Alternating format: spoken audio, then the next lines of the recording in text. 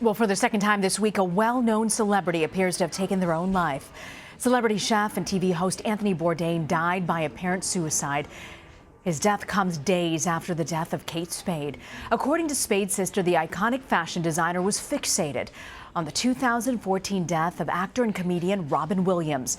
Well, a new book, Robin, the definitive biography of Robin Williams, offers a look at a man who touched so many lives. Author David Itzkoff is a New York Times cultural reporter. Over the course of more than 100 interviews, he traced Williams' life. I spoke with him about the comedian's struggles, as well as the final months of his life and the legacy he leaves behind. Good morning, Vietnam! Hey, You write that Robin Williams' comic genius was deeper than most people understood. What do you think people get wrong about his life and death?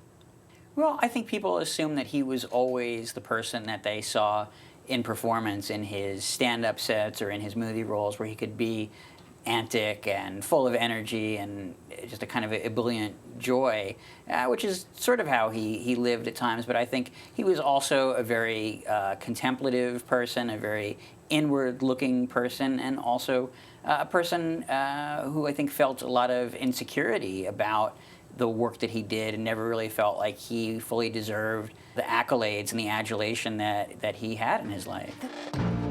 Captain, my captain. Sit down, Mr. Anderson. So you had a chance to speak to his oldest son, Zach, and he told you that Dad's happiness was correlated very much to how he was doing career-wise. When there were films that would be less successful, he took it very personally. He took it as a personal attack. That was really hard for us to see. What did you learn about his relationship with his family? Well, he loved his family and certainly loved his children very much. He had 3 children by his first 2 wives. But I think all of his family members also saw how much he brooded over his own career, in a sense, how cognizant he was of how he was being perceived by the general public, how his box office was doing, what critics thought of films, how he was being pigeonholed even as a kind of, this sad clown who wants to be taken seriously. And those were hard boxes for him to break out of, and he took that very personally. You also write about the feud between him and Jim Carrey, that his then-wife, Marcia, actually said that there was room for other people. Yeah, I don't know that I would characterize it as a feud, per se. I think it's something that Robin imposed on himself, and it happened a lot through his career, where even when he was successful, I think he had a lot of fear that there was always going to be somebody else who at some point was going to do better than him. And then you're right, as Jim Carrey started having success with movies like Dumb and Dumber and the Ace Ventura series in the 90s, Robin's film career was in a little bit of a rut at the time, and that was a moment where Robin felt to himself, the audience likes him better, and I'm the one who is losing them at this point. It's time for your next adventure. When you look at his final film, could you see, was there any signs that he suffered from Lewy body dementia? I think it would be very difficult to diagnose that just based on his screen appearances. If you look at the last Night at the Museum movie, for example, which was the last big studio movie that he did, you might see that he was a little bit thinner, not as sort of robust physically as he once was, but there were problems that he was having behind the scenes that weren't necessarily evident on screen. You spoke to his makeup artist he was incredibly close to. What did the makeup artist have to say? Well, I think that was a very sad experience for her to be working on that movie with him, because she certainly was aware of what he was starting to go through, and she was even encouraging him. They were making the film up in Vancouver, and she could see that Robin was withdrawing, and she encouraged him to try to just maybe go out to one of the local clubs, make a surprise appearance, do some stand-up there, and you'll see how much people miss you, how much they still love you. And he kind of broke down in her arms and said, I don't think I can be funny anymore. And what a terrible thing to hear from somebody like Robin Williams. What do we know about Robin Williams' death and those final days? Sure. Well, in the immediate aftermath of his death, there wasn't a lot of information, which is, I think, understandable, that it was very, it was just devastating, really, for his family, and I think as they were processing it, hard to sort of share with the public even what they knew. It was not until even many months after his death when his autopsy was complete, that samples of his brain tissue had been analyzed, and that's where the people saw for the first time evidence of what's called Lewy body disease or Lewy body dementia, which is not something that Robin was even aware of that he had while he was alive. You wrote that the night before he hanged himself that Williams began to be fixated on some of the designer wristwatches that he owned and grew fearful that they were in danger of being stolen. He actually took them, stuffed them in a sock, and took them to a friend's place. What did that tell you? We can't know for certain, but at this point it's most likely a symptom of the Lewy body disease, that one of the qualities that people who have it can sometimes exhibit is extreme anxiety bordering on paranoia, and that's likely what was taking place there. He's a man who transcended so many generations, you know, from grandparents to people today. They really knew and loved him. When we're grappling with his death almost 4 years later, what stands out to people? What do you think? Well, I think it's hard sometimes for people to reconcile this idea that somebody who either was so joyful or made it their purpose to bring joy to a lot of other people could be suffering privately and behind the scenes. I think oftentimes we want kind of straightforward, linear answers of why would somebody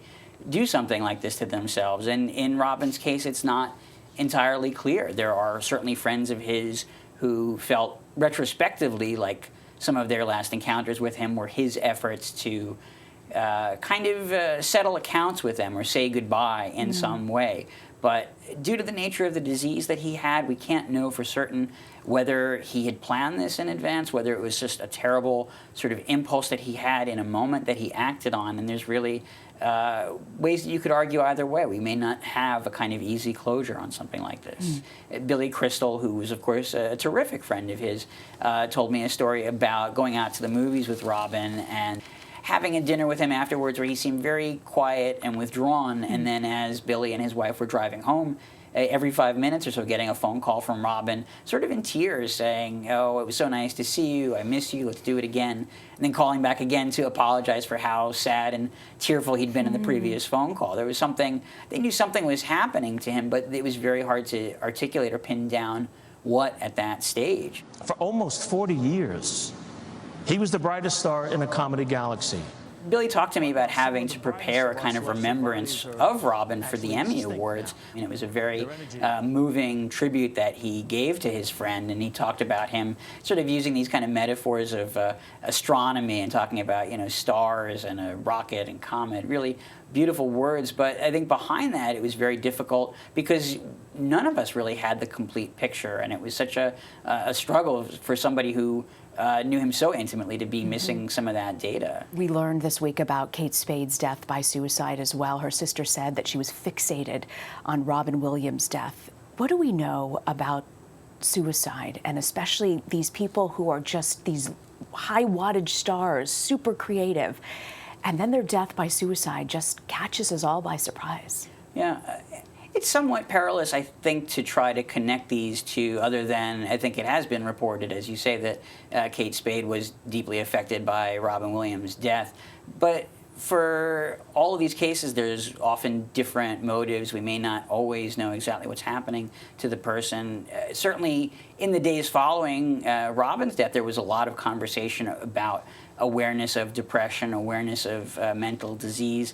I think that was a helpful conversation to have sort of nationally and globally, but it may not entirely apply to what was happening to Robin in those last days. It may not necessarily have been the depression that was affecting him. And so it's a little bit, we have to be careful, I think, when sort of looking at one case and trying to say, well, how do we apply this to, you know, other circumstances? And yet these people all suffer in silence. That's true. We certainly can see how, no matter your walk of life or your stature, that people can be at risk.